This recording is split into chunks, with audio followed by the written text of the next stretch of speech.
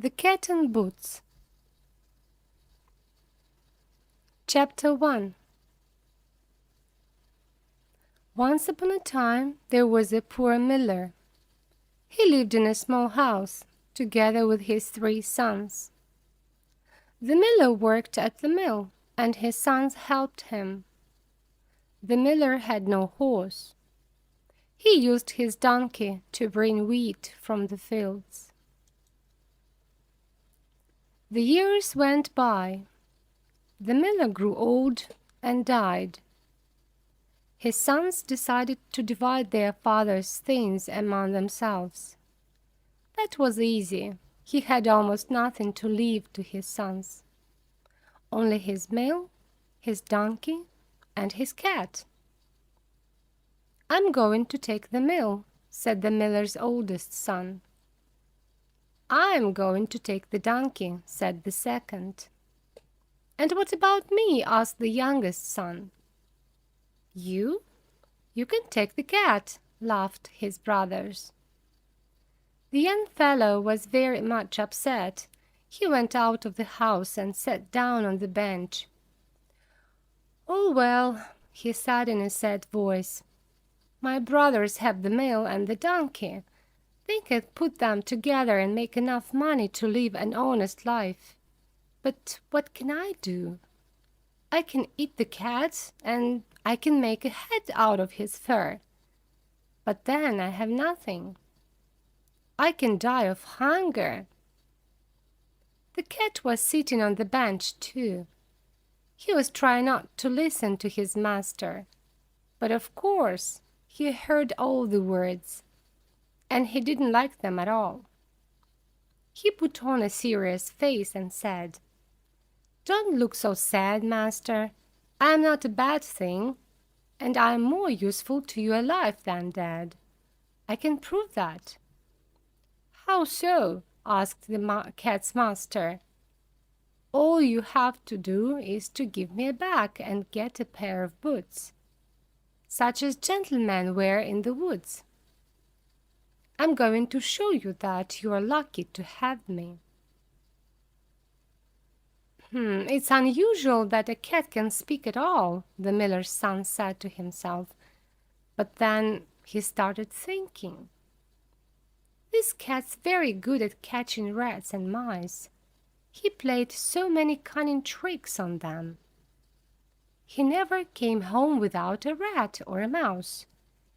He could hide in the wheat or pretend to be dead. Perhaps he can help me after all." "Okay," he said to the cat, "I'm going now to order the boots." Chapter 2. The miller's son went to the best shoemaker in town. The shoemaker made elegant shoes and boots for gentlemen.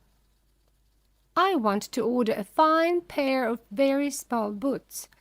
They're for my cat," said the young man. "Okay," said the shoemaker. He was not surprised at all, or perhaps just a little. "Do you have any money?" he asked. "Here you are," said the miller's son. He took his last silver coin out of his pocket and gave it to the shoemaker. Soon the boots were made. The cat pulled them on. He looked very nice in his elegant boots. "Don't worry about the money, master. I'm going to bring you luck," said the cat and boots. He put the bag around his neck. Cats have no hands, so he held the strings in his forepaws. Then he put some vegetables and a piece of bread into the bag. The cat went to the woods. There were many rabbits there, so he lay down pretending to be dead. The cat didn't move at all. His plan was to wait for some foolish rabbit to come and look into his bag. The cat didn't wait long. Soon a foolish young rabbit put his head inside the bag. The cat closed the strings at once and caught him. Then Very proud, he went with the bag to the palace and asked to speak with the king. The king agreed to see the unusual visitor. The cat went upstairs to the king's room. He came up to the king and made a low bow. Then he said, "Sir, here is a nice rabbit from the lands which belong to my noble master, the Marquis of Carabas." He decided to give his young master this title. "He told me to offer it to your majesty." "Tell your master," said the king politely, "that I thank him for this nice present. I'm very pleased with his attention." Another time the cat went to a wheat field and hid among standing wheat. He again held his bag open. Soon 2 fat partridges ran into the bag. The cat drew the strings and caught them both. The cat went to the king's palace again. He gave the partridges to the king with the same message from his master as before. The king received the gift. His Majesty was very pleased. He even ordered to take the cat down into the kitchen and give him something to eat and drink. The cat enjoyed the meal very much. He sat in the kitchen for a long time talking about his rich master, the Marquis of Carabas. Chapter 3. The cat and Boots continued for 2 or 3 months to bring presents to the king. Every time he came to the palace and said, "Your Majesty, here is another present from my master, the Marquis of Carabas." Then one day one of the cat's friends in the palace said to him, "The king wants to drive today in his carriage along the bank of the river. His Majesty is going to take his daughter with him." The young princess was a very beautiful girl. The cat and Boots said to his master, "Now you must do what I tell you."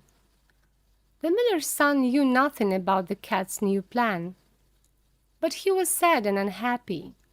That's why he agreed at once. "Be it so," he said. "Tell me about your plan." "I don't ask much," said the cat, looking wise as cats can. "All you must do is to go and bathe in the river. I know a good place. Then leave the rest to me. Only remember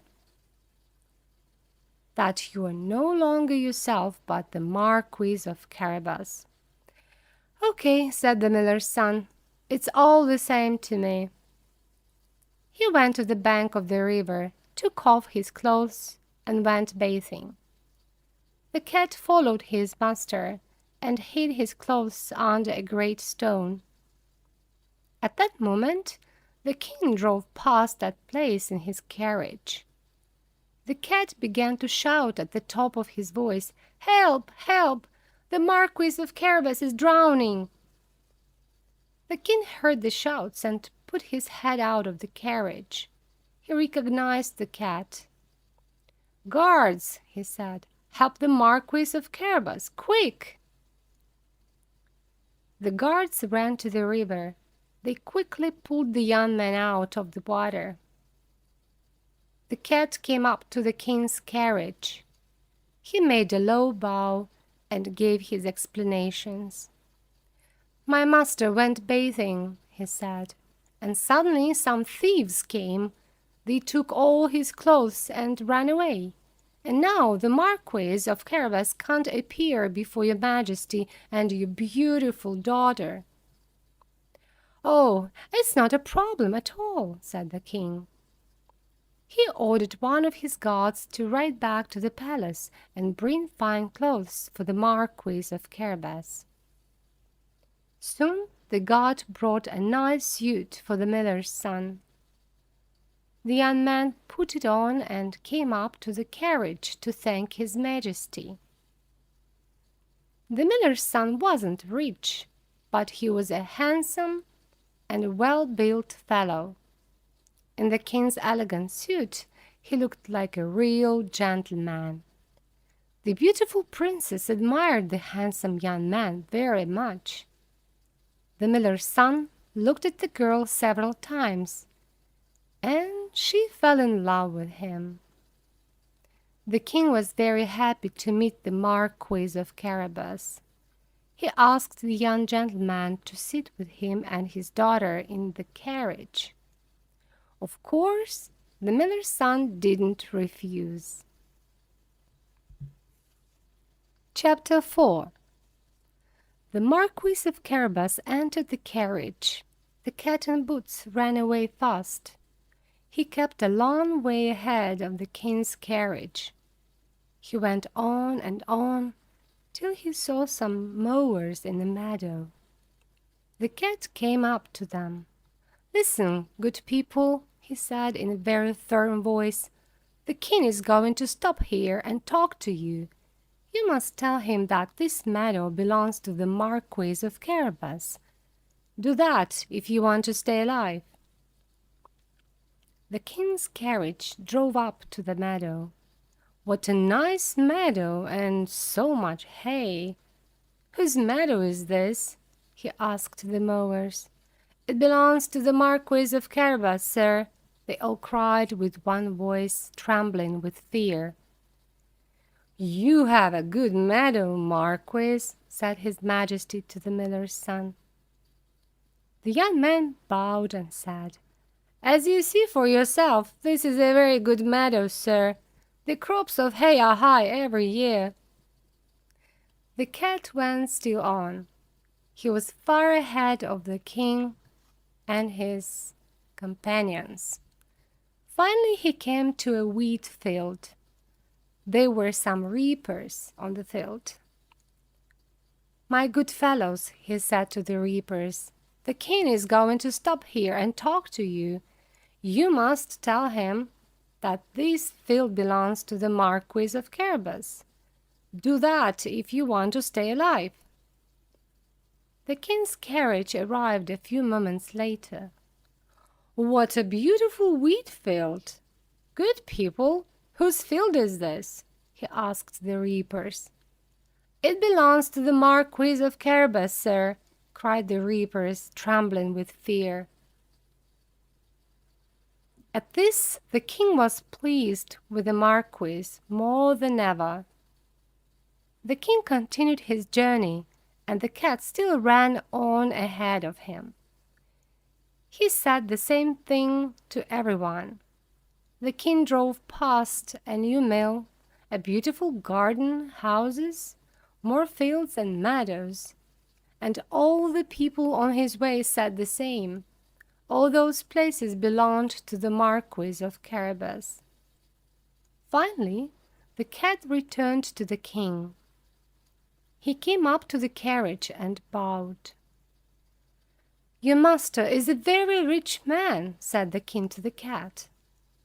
Then he smiled to the young man and said, "My dear Marquis, isn't this your castle in that park?